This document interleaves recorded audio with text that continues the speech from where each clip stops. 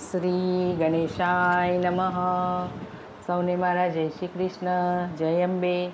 તો મિત્રો, પ્રભુ દર્શનમાં આપનું સ્વાગત છે. તો મિત્રો, આજના વિડીયોમાં આપણે નવરાત્રિનો ત્રીજો દિવસ દેવી ચંદ્રઘંટાની વ્રત કથા અને મહિમા સાંભળીશું. યા દેવી સર્વભૂતેષુ મા ચંદ્રઘંટા રૂપેણ સંસ્થિતા નમસ્તસ્યૈ નમસ્તસ્યૈ નમસ્તસ્યૈ નમો નમઃ. હે માં, સર્વત્ર વિરાજમાન અને ચંદ્રઘંટા સ્વરૂપમાં પ્રસિદ્ધ અંબે માં, તમને મારા પ્રણામ છે. હે માં, મને બધા પાપોમાંથી મુક્તિ આપો. જે મનુષ્ય નવરાત્રિ દરમિયાન પૂરી આસ્થા સાથે મા ચંદ્રઘંટાનું પૂજન કરી મંત્રનું અનુષ્ઠાન કરે છે, તેના પરિવારમાં દરેક વ્યક્તિને કષ્ટમાંથી મુક્તિ મળી જાય છે. નવરાત્રિનું ત્રીજું નોરતું એટલે માં નવદુર્ગાના ચંદ્રઘંટા રૂપની આરાધનાનો અવસર. દેવી ચંદ્રઘંટાનું શરીર સોનાની જેમ કાંતિવાન છે.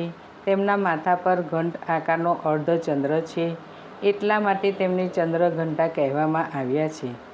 તેમની 10 ભુજા છે અને 10 ભુજામાં અસ્ત્ર શસ્ત્ર છે. દેવીના હાથોમાં ધનુષબાણ, તલવાર, ત્રિશૂળ, ગદા તેમજ કમળ અને કમંડળ ધારણ કરેલા છે.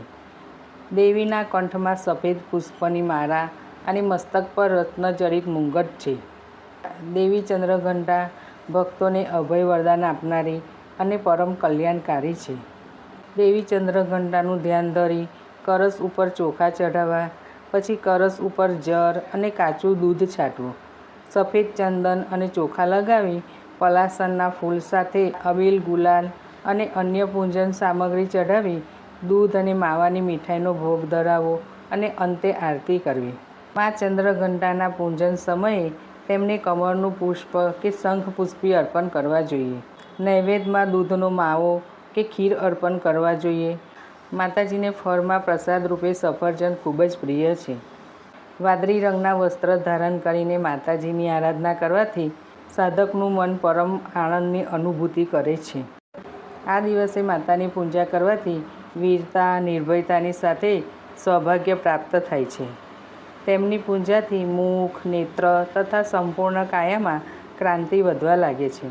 સ્વર દિવ્ય અને મધુર થવા લાગે છે. માતા ચંદ્રઘંટાની પૂજા કરવાથી સુખ, શાંતિ અને સમૃદ્ધિ પ્રાપ્ત થાય છે.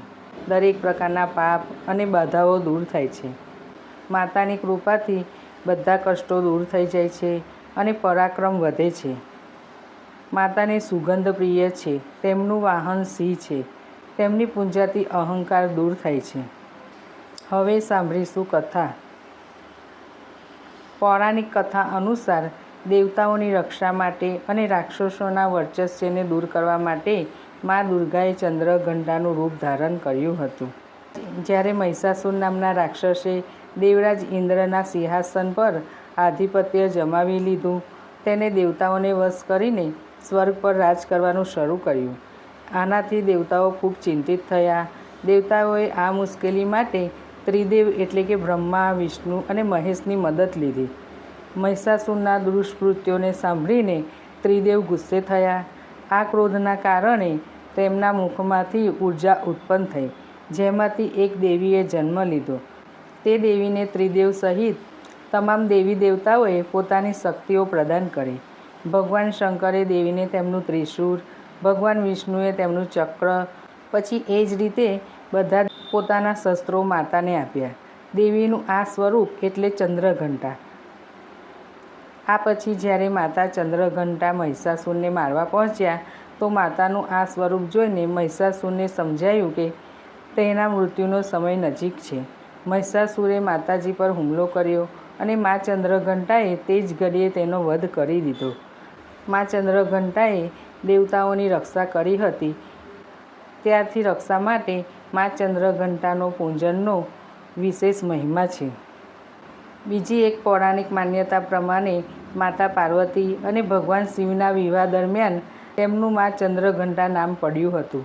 શિવના મસ્તક પર અર્ધચંદ્ર આ વાતનો સાક્ષી છે. બોલો શ્રી મા ચંદ્રઘંટાની જય. જગત જનની મા અંબાની જય.